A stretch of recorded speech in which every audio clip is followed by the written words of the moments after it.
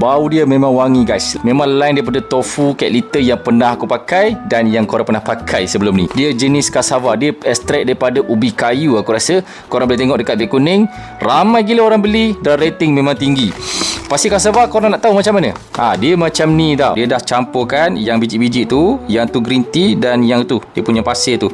Dia dah blend all in one dalam tu. Dia dah ada campuran yang khas. Dia memang wangi. Dan kalau korang punya majikan tu melabur kan, dia antara kelamping yang paling padu setakat ni. Pasir cassava, bukan tofu biasa. Dalam beg kuning tu, korang tengok mesti dah banyak sold out kat. Sebab memang orang pakai pasir cassava dah sekarang. Untuk yang tinggal apartment, aku suggest korang pakai pasir cassava. Jiran dekat sebelah pun tak sakit hati dengan bau kucing ataupun tetamu datang rumah.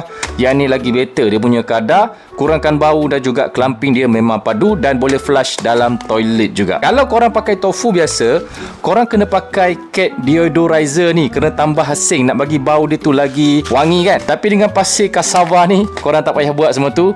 Dia dah mix siap-siap dah untuk korang. Ni bau lily dan white tea, memang wangi gila. Ada juga wangian lain, jasmine dan white tea pun wangi juga. And then yang ni pun wangi juga. Antara hot sale juga Sakura Vils. Aku suggest sekarang ni kalau yang tinggal dekat apartment ataupun kucing terlalu ramai, korang boleh cuba pasir cassava ni. So kalau korang nak beli, korang boleh tekan dekat beg kuning bawah tu. Memang puas hati.